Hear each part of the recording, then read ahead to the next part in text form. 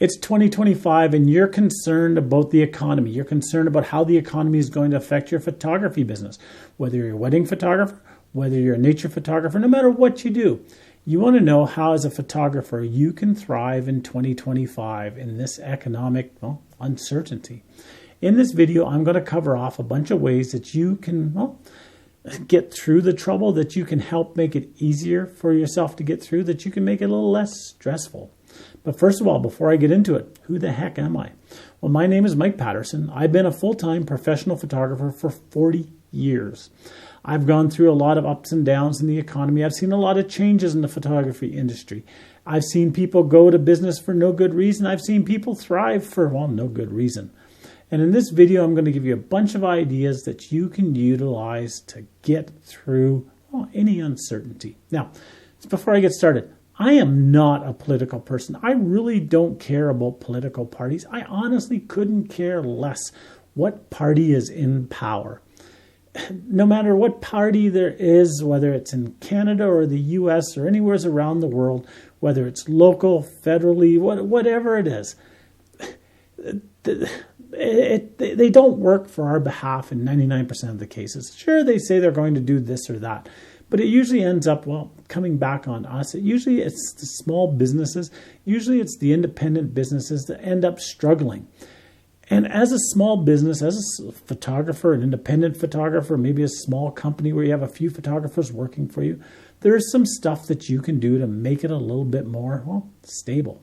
So before we get into it, please click on the like button, click on the subscribe button, and let's get going. Number one, the biggest one, and this is one that I see so many people hurting themselves with, and that is, don't panic. You would not believe how many of my students, how many people that I mentor, how many people that I print for and that I just know in general public do stupid things, whether they think that it's justified or whether they're just panicking or whatever it is. They do stupid things without thinking it through. Don't panic. Unless you're at the point where there's collectors at the door, unless you're at the point where you can't afford to pay your bills tomorrow, take some time and breathe. Sit down, relax, and make yourself a plan so that you know where you're going without doing stupid things. I have seen photographers and other business people sell off perfectly good equipment in a panic mode only to have to go and buy it again a couple months down the road. I have seen people actually cancel jobs because they were worried they wouldn't be in business in 6 months, and they ended up putting themselves in more debt than they would have if they would have just kept on going. There's things you can do. There's things that you can work through. There's different areas that you can draw from to keep your business succeeding. But if you panic, you've already shot yourself in the foot. So relax. Start first thing. Before anything, take a time to go through the following points and take it one step at a time and just don't panic. Okay, the first one, the biggest one, that is sit down and review your business plan. But you say, I don't have a business plan. Then this is a perfect time to make yourself a business plan. If you have a business plan, whether it's 1 year, whether it's 5 years, whether it's 10 years, get it out and review it. You should be doing this on a regular basis, but now's the perfect time to make sure that you're on track. Make any adjustments necessary. Figure things out utilizing your already made business plan. If you don't have a business plan, now's the perfect time to get one.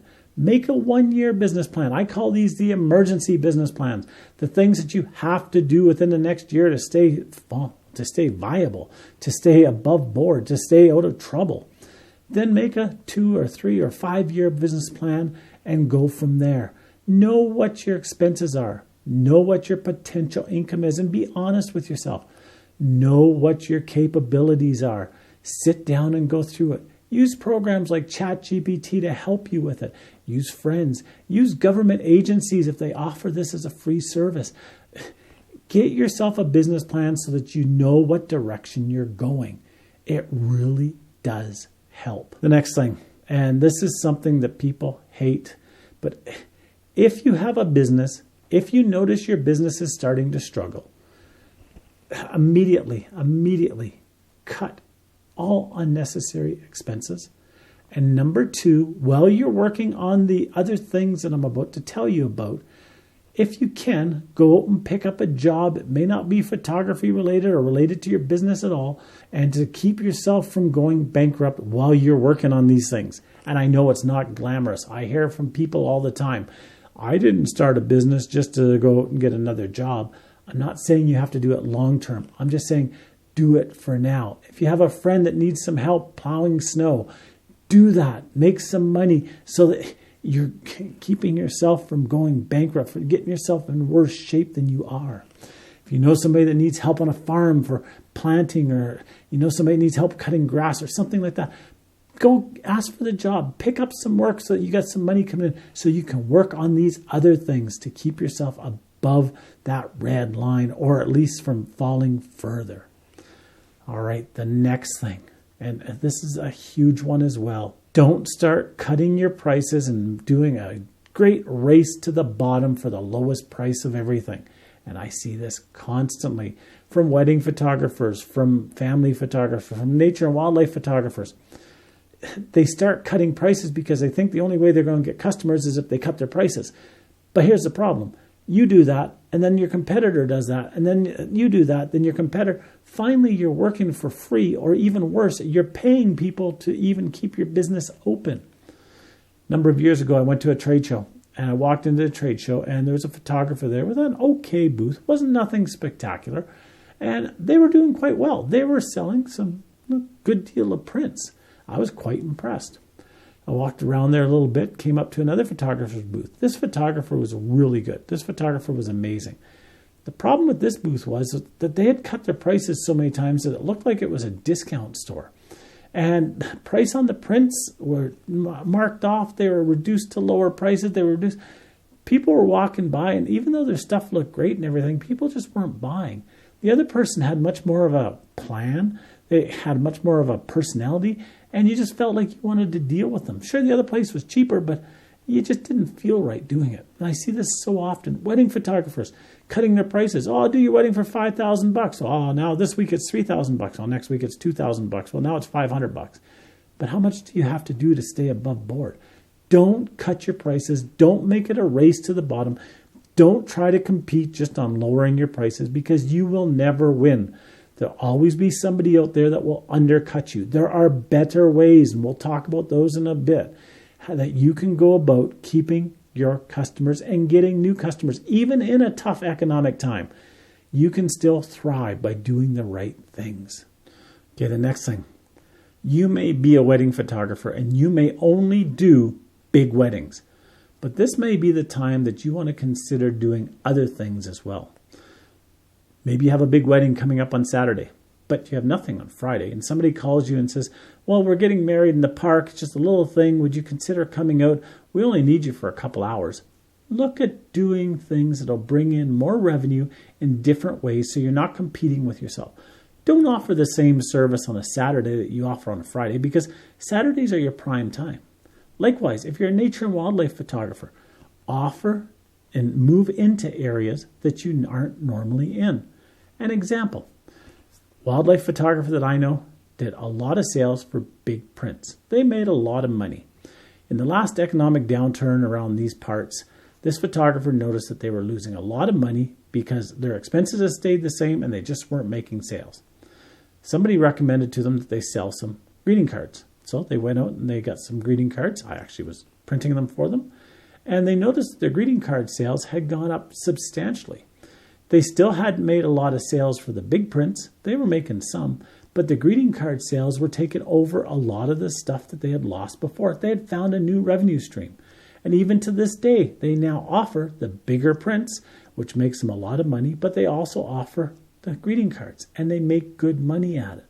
So find different revenue streams that you can utilize, that you can capitalize on, and make money from that. And again, as I mentioned previous, don't go into these trying to lose money or cutting yourself off from making any good money by cutting your prices. Keep your prices high, offer a quality product, but go after different things. Maybe you've never sold your prints at a museum. Well, go to a museum, see if you can start selling prints.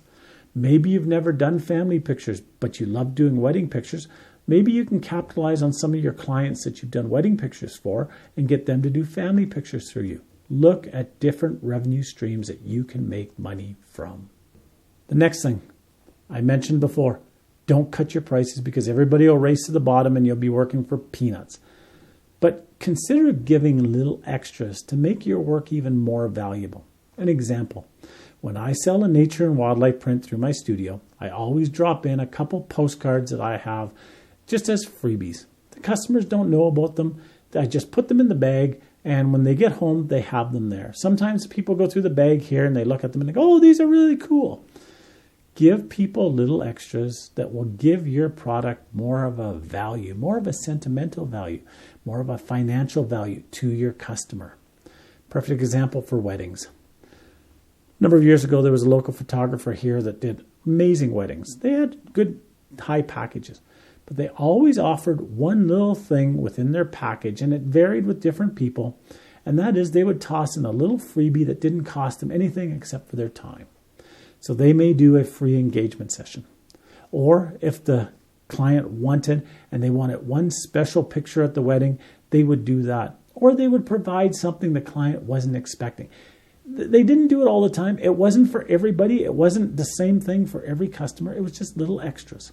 So they'd talk to a customer and the customer would say, well, I'm really not comfortable with having my pictures done. I don't know how it's going to go. I'm a little concerned. They'd say, how about we do a free engagement session?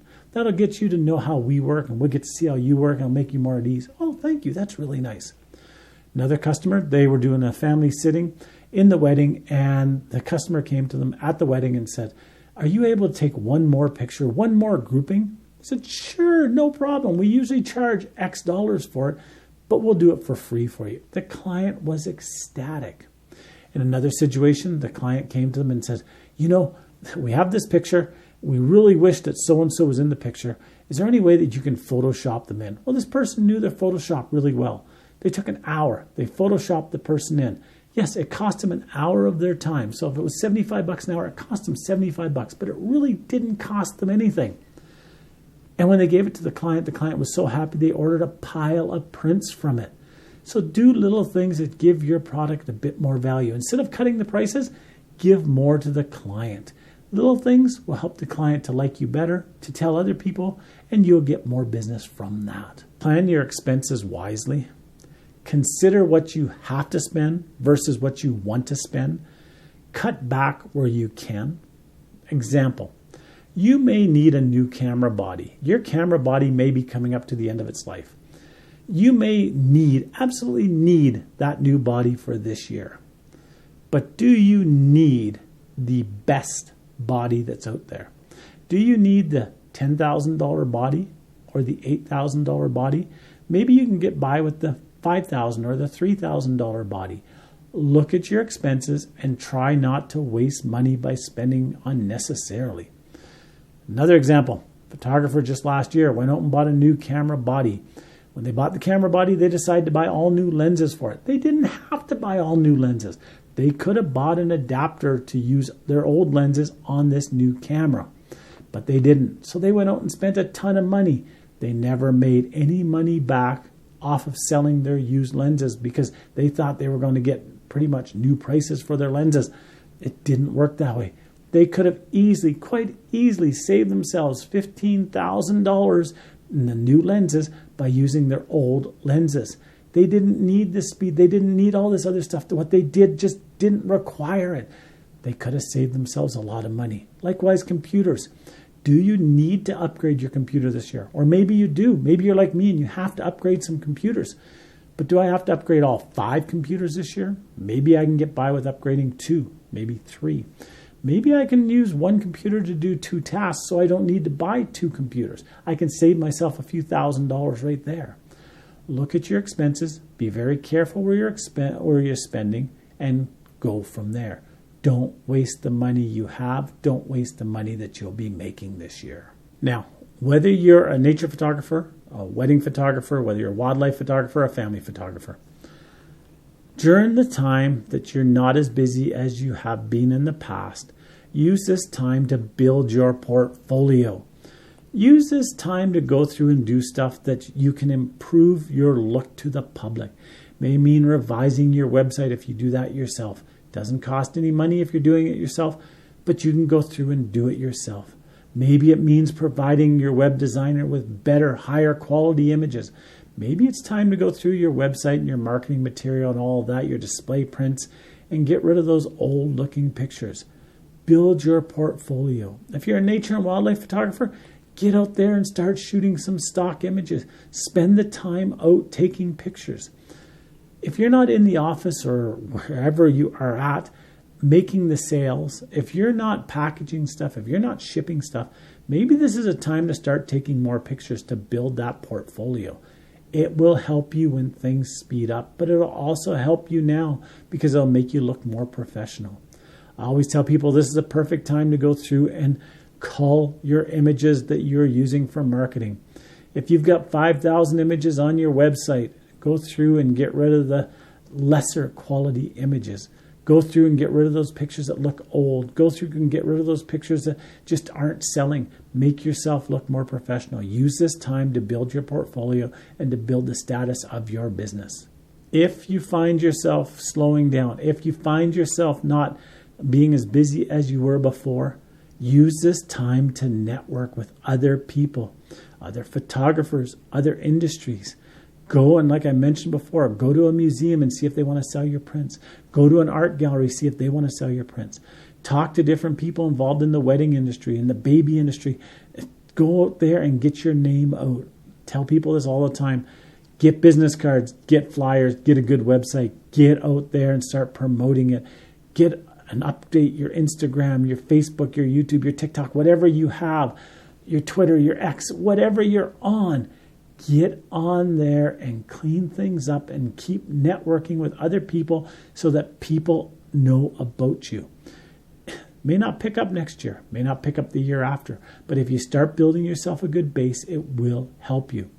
An example, a couple of years ago, I was doing some work for a client. This was not a normal, regular client for me. This was a client that was outside of what I usually shot.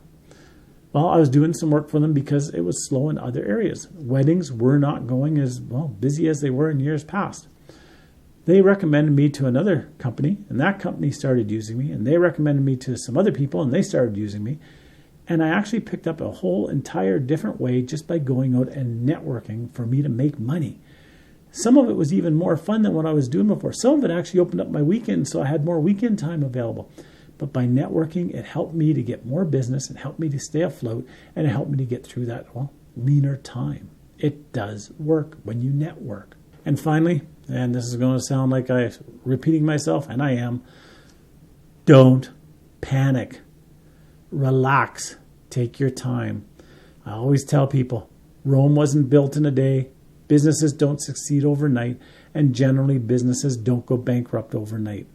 If you take your time, if you slow yourself down, if you look through everything, if you consider all your credits and your debits, if you consider all your benefits and all your drawbacks, you can usually find a way out. If you can't, if you are struggling, go and find somebody to help you. I've said before, a lot of government agencies offer these free classes, free courses, free workshops that you can get involved in that will help you to, look at how to make a business plan. That'll help you to figure out how to balance your books, help you to figure out how to do different things.